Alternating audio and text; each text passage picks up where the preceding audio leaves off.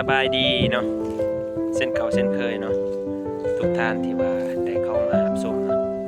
ข้าพเจ้าแม่นซื้อท้าวอาหมสมบัติเนาะอยู่บ้านน้องหินขาวเมืองปักซองแขวงจำปาสักเนาะอันนี้คืออาชีพหลักคือ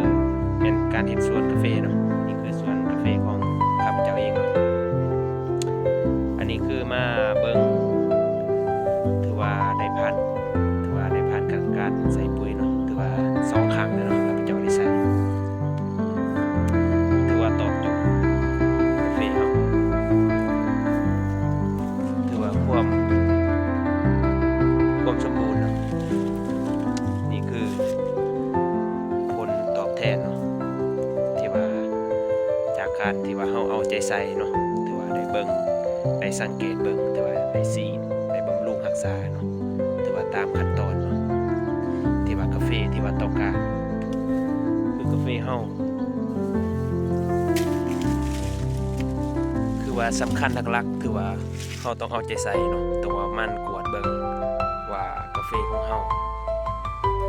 ว่ามีอาการอะไรแน่แต่ละเดือนเนาะเฮาต้องมันสังเกตเบิ่งถ้ามันมีปัญหาหยังเฮาก็ต้องไปแก้เนาะถ้าเฮาแก้บ่ทันมันจะเฮ็ดให้ผลเสียของกาแฟของเฮาเนาะนี่คือเฮาได้เอาใจใส่เนาะได้บำรุงรักษาถือว่าตามขั้นตอนหรือตามถือวิธีตามหลักสูตรเนาะที่ว่าเขาได้ของกาแฟที่ว่าต้องการธาตุอาหารเนาะในช่วงใดเขาต้องได้รู้เนาะอันนี้คือภูมิใจเนาะ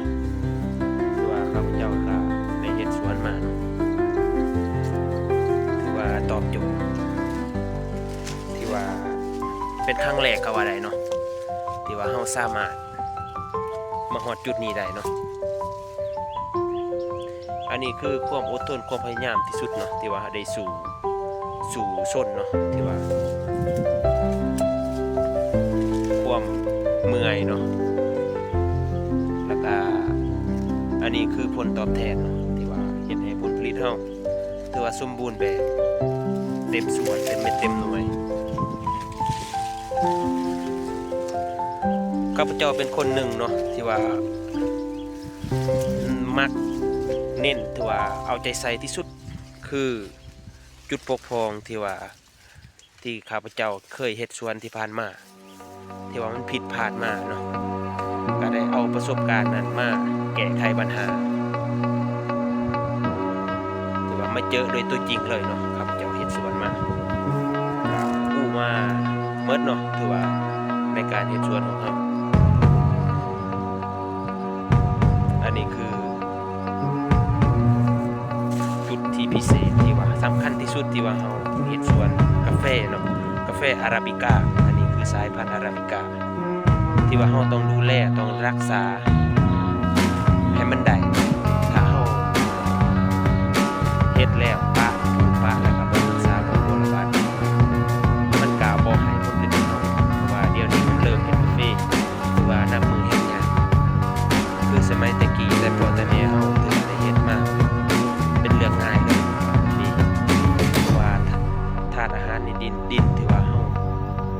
เขตปักซองเฮาเป็นเขตที่ว่าภูภัยระเบิดเก่าดินที่ว่าขาดเฮลมิกสารอาหารต่างๆหรืออะมิโนที่ว่าหลายเนาะที่ว่ามันสะสมมาในสมัยเดี๋ยวนี้เฮาต้องตัวอย่าง2มา1ต้องบริการรักษาให้ได้ตามจุดพิเศษ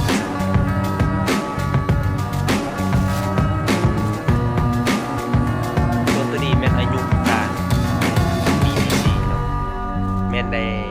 รับผลผลิตแม่นปีที่2ปีนี้เนาะปีกายกับปีนี้เนาะที่ข้าพเจ้าได้ถ่ายลงเนาะคลิปวิดีโอต่างๆถือว่าเป็นจุดหนึ่งเนาะที่ข้าพเจ้าและยังยืนและมั่นใจว่า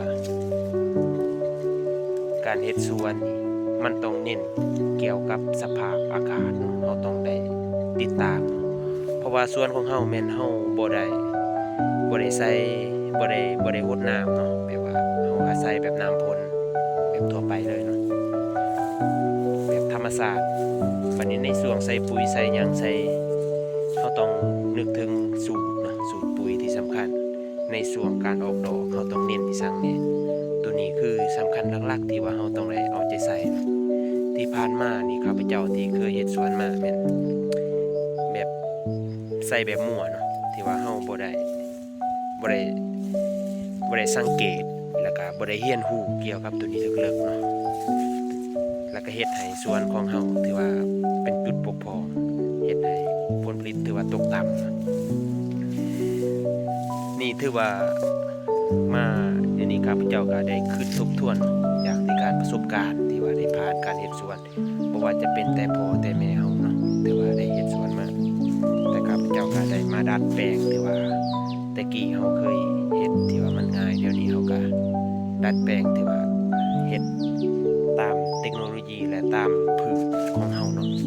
เฮาต้องหมั่นกวดสังเกตพืชของเฮาถ้าว่าแข็งแห้งแล้ว